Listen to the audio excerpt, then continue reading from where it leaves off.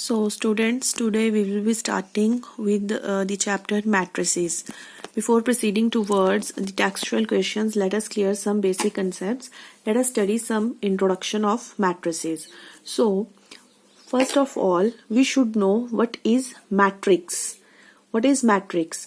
Matrix is a rectangular arrangement of information in the form of rows and columns. Like if I have a matrix 1 2 3 4 5 6 7 8 9. This is rectangular arrangement of rows. These horizontal lines are known as rows and these vertical lines are known as columns. Okay, here how many number of rows are there? 1 2 3. 3 number of rows and number of columns 1 2 3. 3 number of columns. This is the order of the matrix. So what is the order of a matrix? Order of the matrix is equal to row into column, and number of elements in a matrix is answer of number of rows into number of columns. Like here, how many number of elements are there? 3 into 3. 3 is a 9. 1 2 3 4 5 6 7 8 9. 9 elements are there, and the order of this matrix is 3 cross 3, and this is the rectangular arrangement of rows, horizontal rows and vertical columns. And we represent the matrices by capital letters, capital alphabets. You can say A, B, C, so on. Okay. Now we will discuss the types of matrices. First one is row matrix. Row matrix is like 5 7 6. Here how many rows are there? Only one row. And how many columns are there? 1 2 3, because horizontal lines are rows and vertical lines are columns. Horizontal line, there is only one horizontal line, so one row and 3 columns, 1 into 3. This is the order of the matrix. So the matrix having only one row is known as row matrix. Similarly, what is column matrix? A matrix having only one column. Here we have 3 rows and only one column. So a matrix having only one column is known as column matrix. Third one is the diagonal matrix. Diagonal matrix is a matrix in which only diagonal elements are present and all the other elements are 0, right? And next one is scalar matrix. It is an extension of diagonal matrix. Here the diagonal elements are same.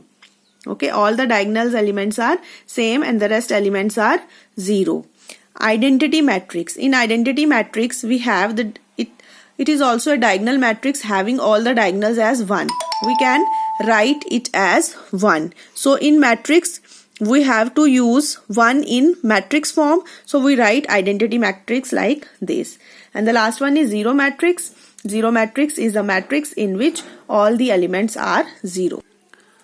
So students, let us consider a question of exercise 3.1 in which we are given with the matrix A 2 5 19 minus 7 35 minus 2 5 by 2 12 under root 3 1 minus 5 and 17. What we have to do, we have to write the order of matrix. What is the order of matrix? Number of rows multiply number of columns. How many rows are there? 1 2 3. Okay, 3. And how many columns are there? 1 2 3 4. 4. So the order of this matrix is 3 by 4. Now the second question is number of elements. So number of elements is the answer of order. 3 4 3 12. 12 elements are there. 1 2 3 4 5 6 7 8 9 10 11 12. And the third one is write the element A13 A21 A23 A24 A33. Before doing this question, let me clear one concept. This is a matrix of order 3 cross 3. We can write 3 cross 3 matrix in journal form as A11, A12, A13, A21, A22, A23, A31, A32, A33. Why?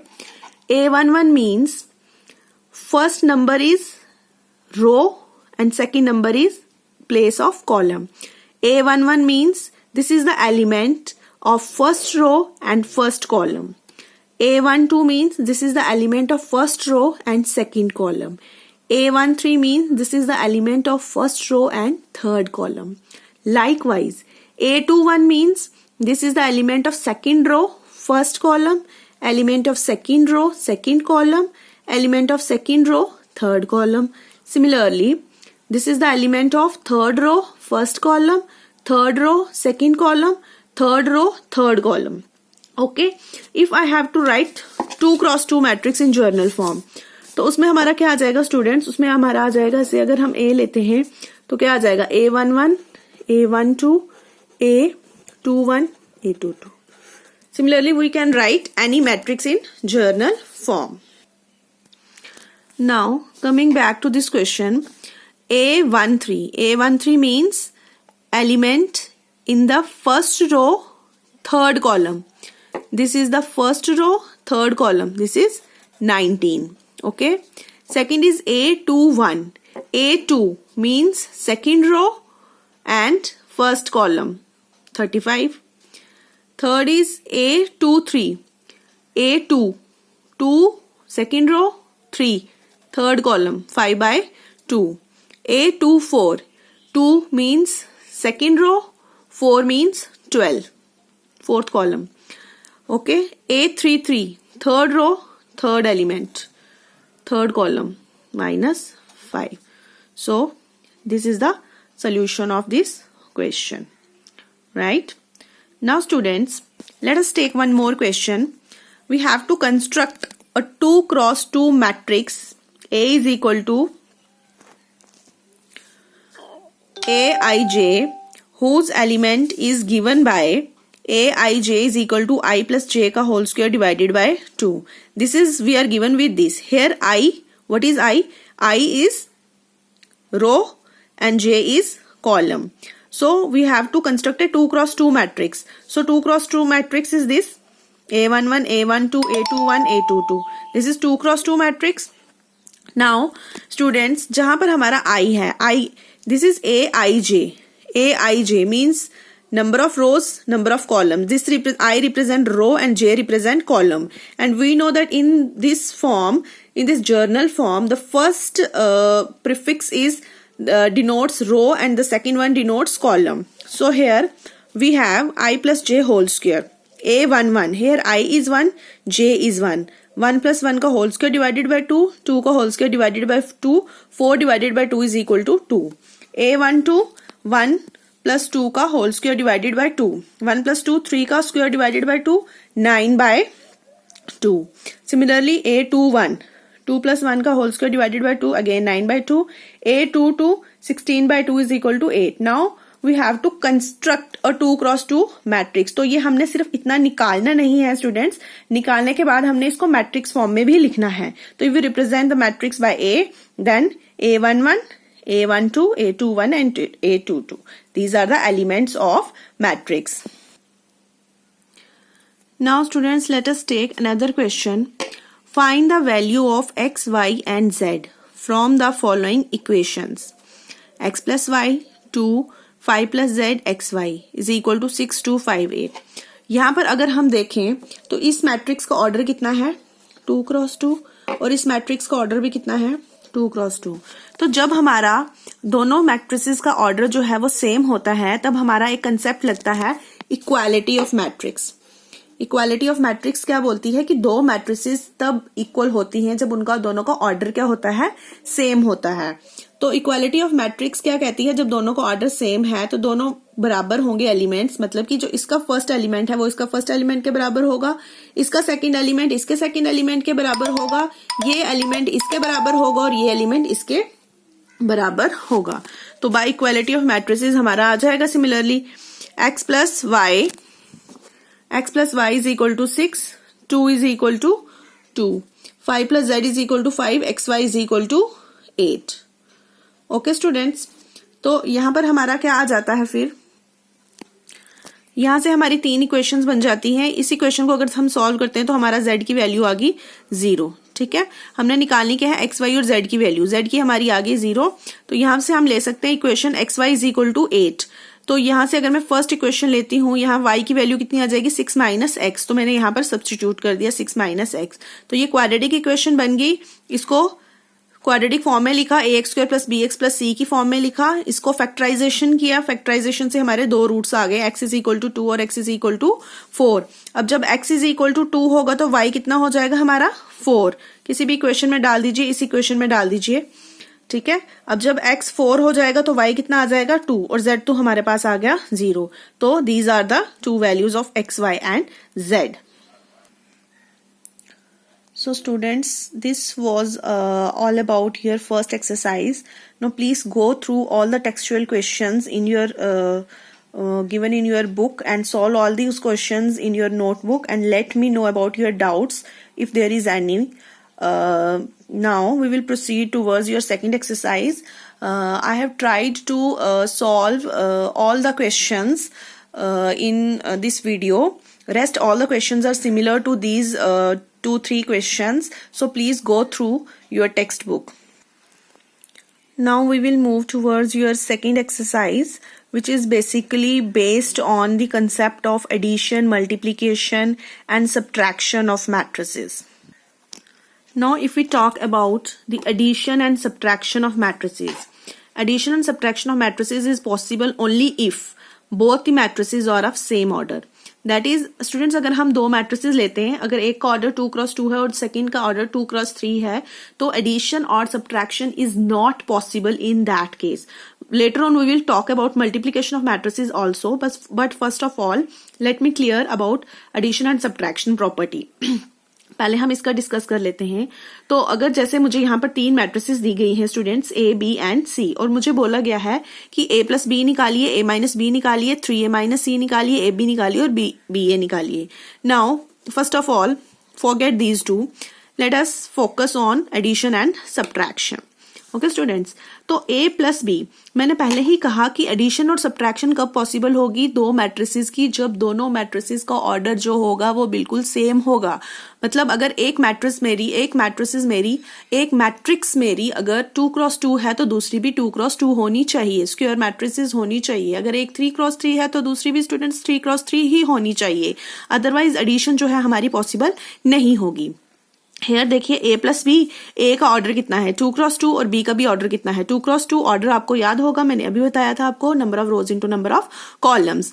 तो addition कैसे होती है, इसका पहला element students A11, A11 इसका, A12 इसका, A12 इसका, A21 इसका, A21 इसका, A22 इसका, A22 इसका.